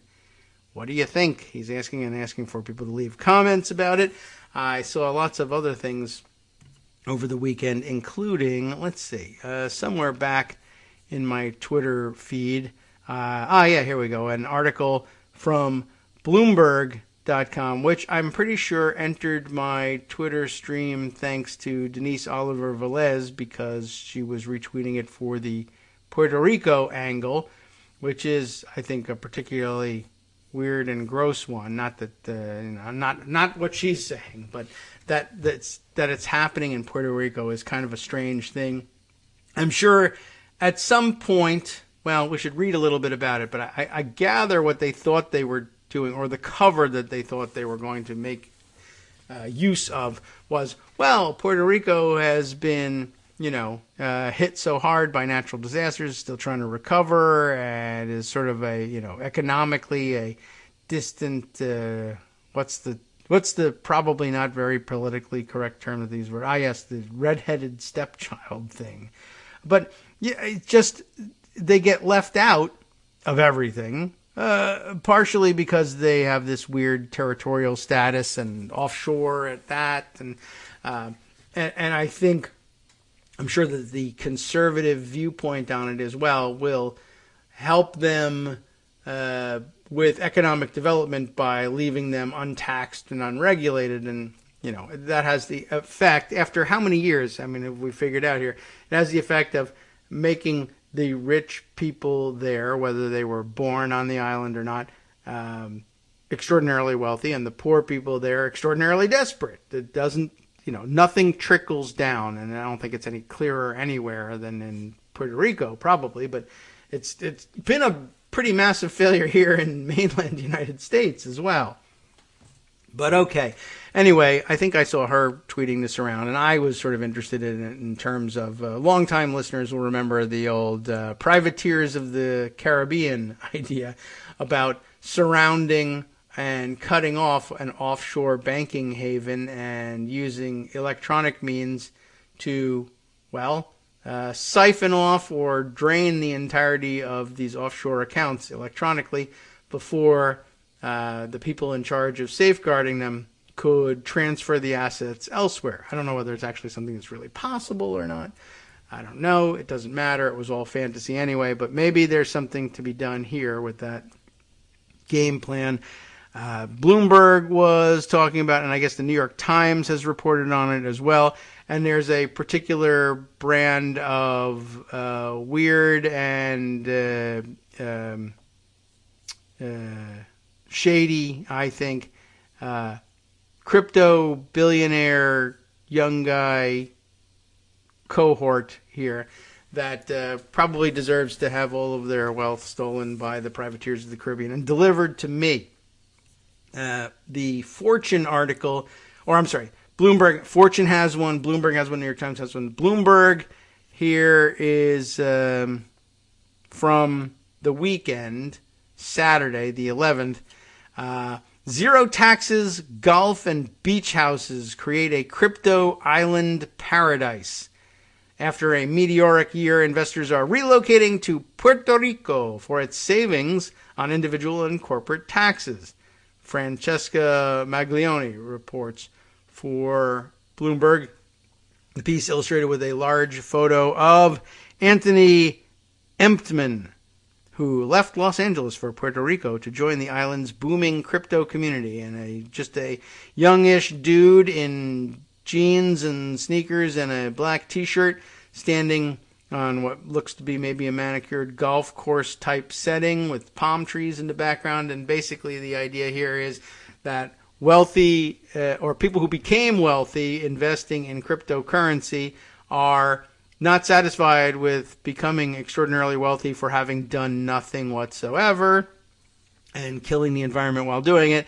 Now, in order to keep all of the billions of dollars instead of just some of the billions of dollars, are going to move to or have moved to Puerto Rico, where they can escape taxation. The idea, of course, originally was that that wealth would trickle down to people, and or that hardworking entrepreneurial blue-collar working stiffs in Puerto Rico would not have their paychecks pilfered through taxation, and they would be able to live much better and freer and become entrepreneurs, etc., etc. None of which has happened. And gee whiz, no one can figure out why. Anyway, largely the same thing over at New York Times, making a crypto utopia in Puerto Rico. They reported this, though, back in February of 2018. So it's a long-standing thing. It's just none of us cared because we don't have crypto. But now they're bringing it back up. And this one is illustrated with a photo of Brock Pierce, another guy who you probably want to clobber just based on the name alone, inside the former Children's Museum in Old San Juan, Puerto Rico, which he and his colleagues hope to make part of a crypto utopia where the money is virtual and the contracts are all public. So there you go. Why have a children's museum for kids to learn in Puerto Rico when it can instead be bought out and used as some sort of crypto opium den by weirdo Brock Pierce, here photographed in his sleeveless leather garment and weirdish looking hat that wouldn't be so weird looking perhaps on Native Americans in the Southwest, but which he may have appropriated from them for his own stylish use. And he just looks like, a variant of the old Fedora Bros, quite honestly, and not a guy that I'm super happy about seeing photographed among several others. So let's see, Josh Bowles and Matt Clemenson on the roof of the Monastery, a San Juan hotel that has been rented out as the entrepreneur's temporary headquarters, all wearing the fashions of the day and the skinny jeans and expensive watches, and standing around with drinks on the roof, trading billions that might evaporate, might not evaporate overnight, but hasn't seemed to evaporate for them, unfortunately. And certainly hasn't landed in my bank account or trickled down to anybody in Puerto Rico, as far as I can tell. So as far back as February of 2018, this was an issue. Let me see what's in the newer piece, since it'll capture more because it was recently published.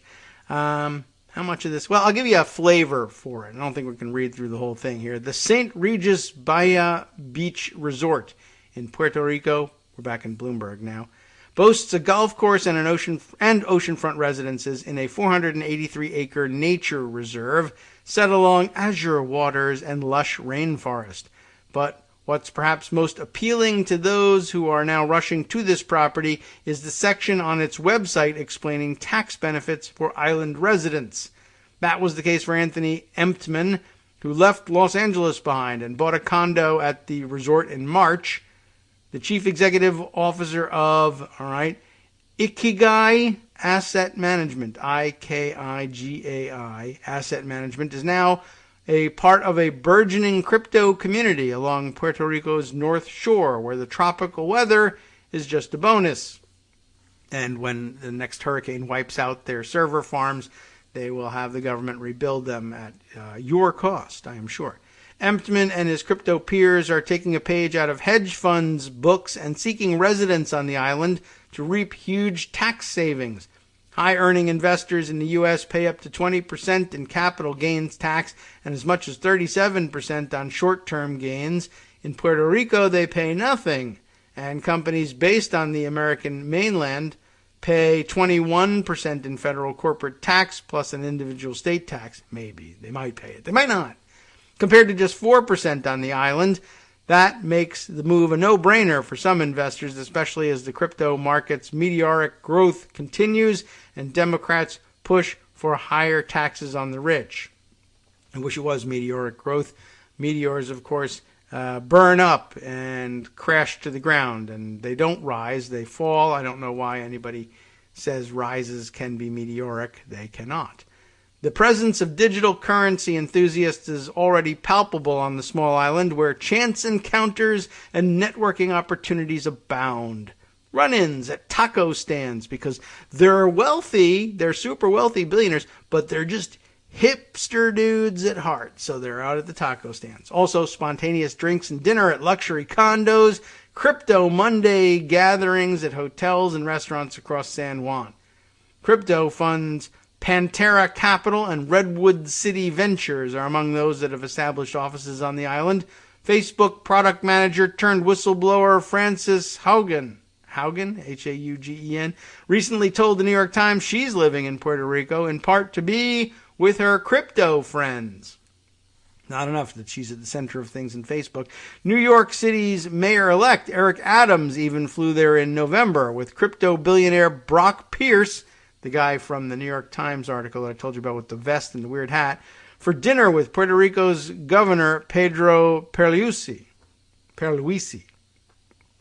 Made him Italian by making him Pierluisi. But anyway, now it's not just move to Puerto Rico to save tax, said Giovanni Mendez, a corporate and tax attorney advising those who relocate. It's move to Puerto Rico because everybody is there. The Puerto Rican government created the tax breaks in 2012 with the hopes of infusing the island's struggling economy with cash and diversifying its job pool. Hedge funds gradually began seeking a toehold on the island, but what's really supercharged the flurry of arrivals is the pandemic, which drove a shift away from big cities and popularized remote work, and the recent explosion in crypto markets. It all makes a certain amount of sense.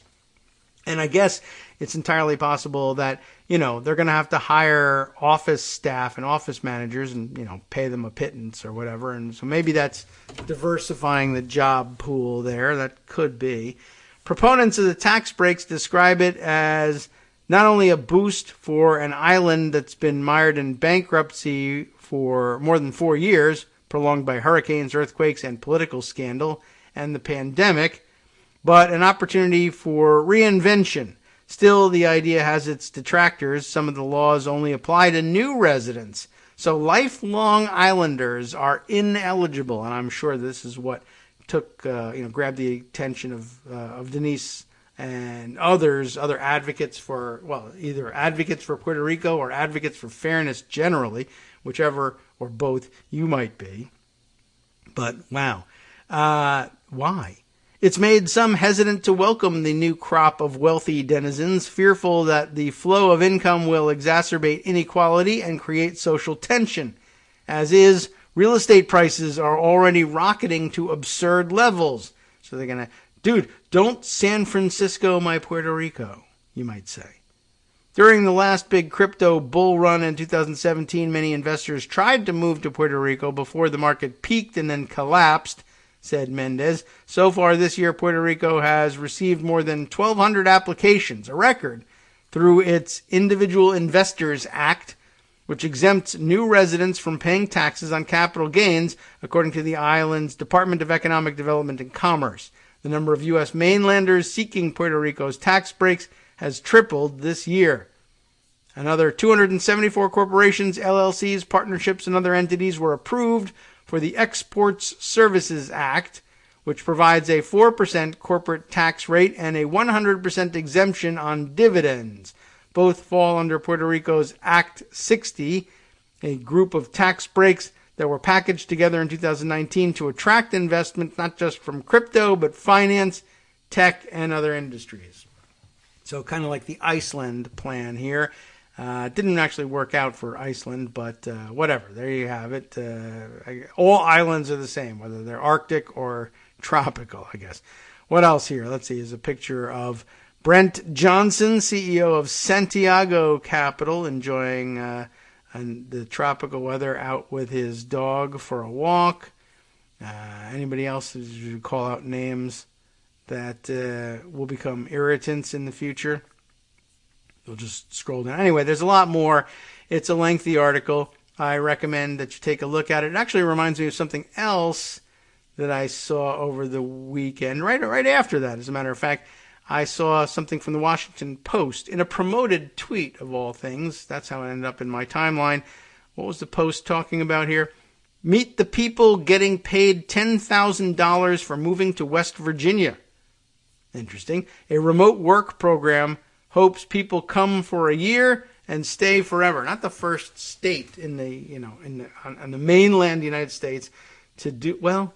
I was thinking about Alaska, which has all sorts of tax benefits and basically a stipend that's paid to you for resettling in Alaska. But does that count as mainland United States? It's not the contiguous United States, but it's on the mainland. Anyway. But we're on West Virginia, I guess, doing something similar in terms of, but I'm not certain whose program it is. It's reported by Natalie Compton, and it goes back a ways, October 14th, 2021. So I totally missed this, but it's a program in existence. I'll read you a little bit to give you a flavor of this, too. Try before you buy is a classic sales maneuver. Car dealerships want you to test drive. Costco wants you to sample. Clothing stores want you to hit the dressing room. And West Virginia wants you to come live in the mountain state and see if you want to stay forever. That's the mission of Ascend West Virginia, a program that pays full-time remote workers $10,000 to move to the state. They will also get a $2,500 worth of outdoor recreation experiences and access to a co-working space, along with other perks. If they stay a second year, they get $2,000 more. I don't know.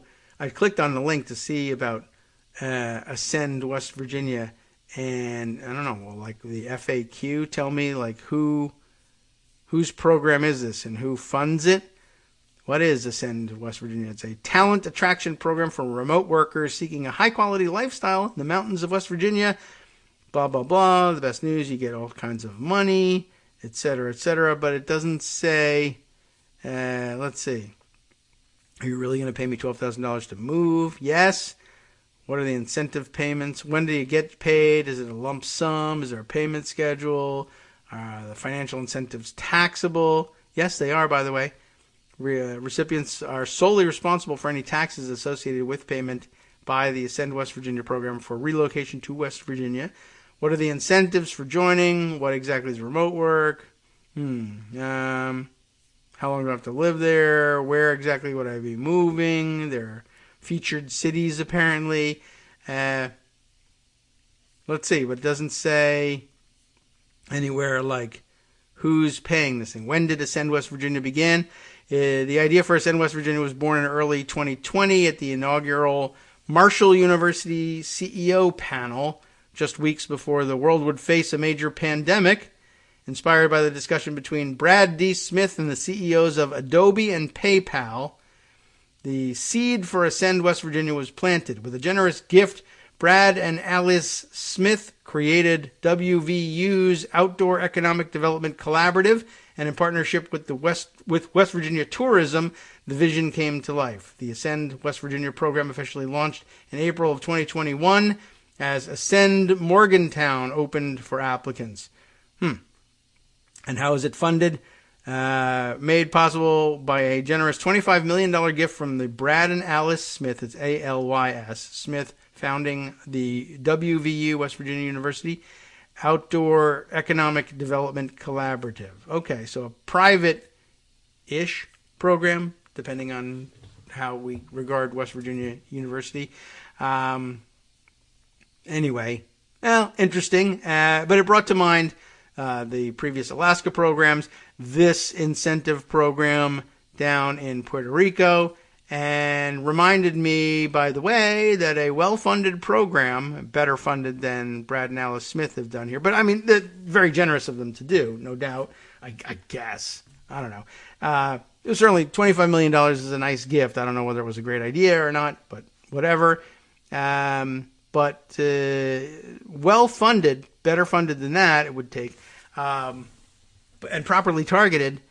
I just remind you, you could, if you wanted to, flip somewhere between 2 and I thought maybe 6, maybe 8 Senate seats in the United States Congress by targeting people to move to the Dakotas, Montana, Wyoming, perhaps Idaho. I guess that would get me to 5 states, 1, 2, 3, 4, 5. So maybe as many as 10 Senate seats are in the offing there. And by the way, it would be interesting if you could actually pull it off.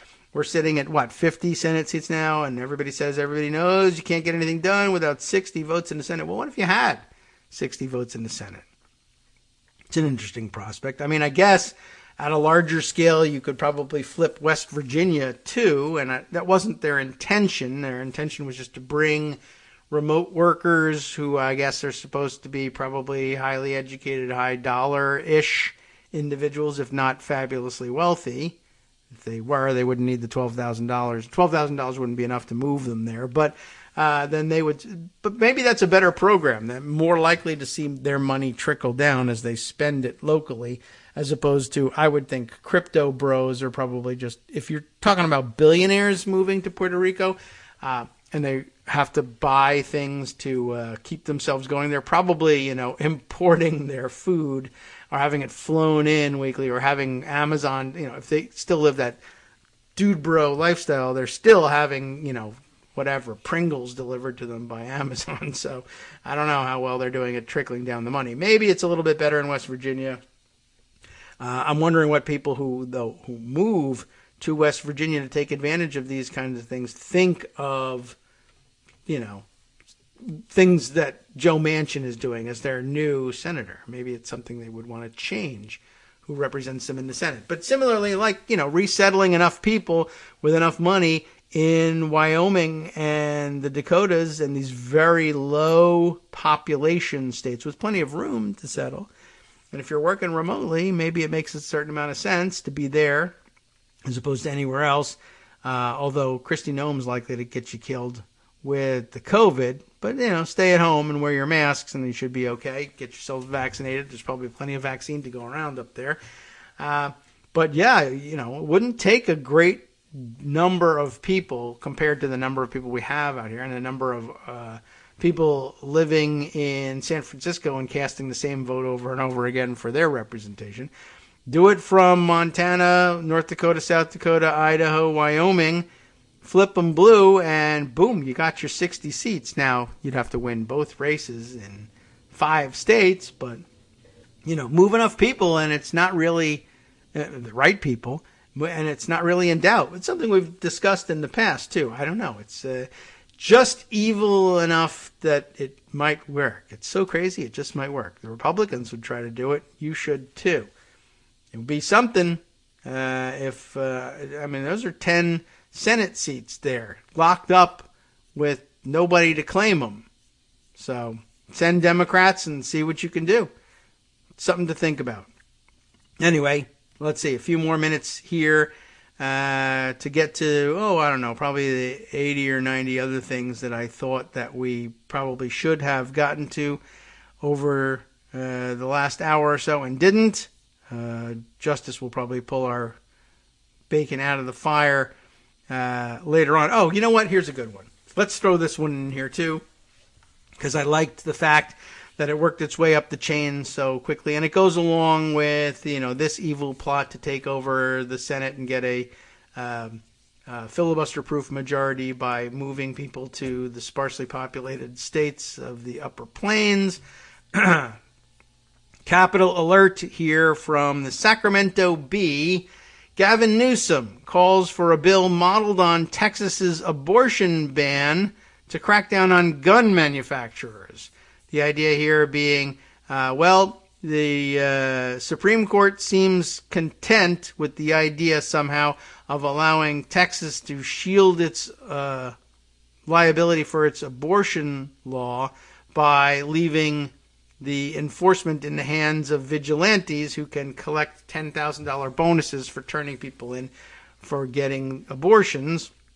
And the Supreme Court seems content and intent on allowing this to happen and saying that this design of their law leaves it beyond their reach. So Gavin Newsom says what a couple of other people on Twitter said over the weekend: isn't there some way to use this mechanism to shield the constitutionality of a gun safety law instead? What if people got $10,000 for violating or for reporting violations of gun safety laws and regulations in state? Well, they're working on it. And maybe just as a troll, but maybe not. Sophia Bollag, B-O-L-L-A-G, reports for Sacramento Bee. California Governor Gavin Newsom said on Saturday he'll push for a new law modeled on Texas's abortion ban that would let private citizens sue anyone who makes or sells assault weapons or ghost guns. Newsom has excoriated the Texas law for limiting women's access to abortion by allowing people to sue anyone who aids or abets one performed after about 6 weeks, before, by the way, many women know they are pregnant. Nevertheless, he said the Supreme Court's decision on Friday to let the law stay in effect while legal challenges proceed has opened an avenue for states to circumvent federal courts. In a statement Saturday evening, Newsom pointed to a recent federal court decision to strike down California's assault weapons ban. In his decision, a judge compared assault weapons to Swiss Army knives, language Newsom has harshly criticized. I am outraged by yesterday's U.S. Supreme Court decision allowing Texas's ban on most abortion services to remain in place, but if states can now shield their laws from review by federal courts that compare assault weapons to Swiss Army knives, then California will use that authority to protect people's lives, where Texas has used it to put women in harm's way. Newsom said he will work with his staff, the legislature, and California Attorney General Rob Bonta to craft a bill that would let citizens sue anyone who manufactures, distributes, or sells an assault weapon or ghost gun kit or parts in California. They could seek damages of at least $10,000 per violation, plus costs and attorney's fees, Newsom said. If the most efficient way to keep these devastating weapons off our street is to add the threat of private lawsuits, we should just do that, or do just that, said Newsom, but I say just do it. A longtime advocate of strict gun control laws, legal experts had predicted that other states would try to copy the tactic used in the Texas abortion law, which attempts to circumvent legal challenges by giving private citizens the power to sue. Arguing against her conservative colleagues' decisions to let the Texas law stand, Supreme Court Justice Sonia Sotomayor had warned their action would clear the way for other states to reprise and perfect Texas's scheme in the future to target the exercise of any right recognized by this court with which they disagree. And I don't know whether she had this in mind or not, but I guess she's right, at least for the time being. So what will be the right next targeted? Apparently, Second Amendment rights by California. And I applaud their effort to do so, even if it's only for the trolling value. It's well worth doing to point out the ridiculousness of the law, though I don't think it'll change any minds. And, of course, this Supreme Court will be perfectly comfortable striking down the gun law, but leaving the abortion law standing for reasons. We'll find out what those reasons are and whether they're valid in the near future. Even nearer, though, the West Coast Cookbook and Speakeasy with Justice Putnam. In fact, it's next. From networksradio.com, you have been listening to Kagro in the Morning with David Waldman. Well, of course, he'll have more to say about Mark Meadows and his emails and PowerPoint presentations that were emailed to him. And then, on the rest of the menu, a federal watchdog found that a special Customs and Border Protection Unit used sensitive government databases to investigate journalists. Perfect. What a great match. We'll see you tomorrow.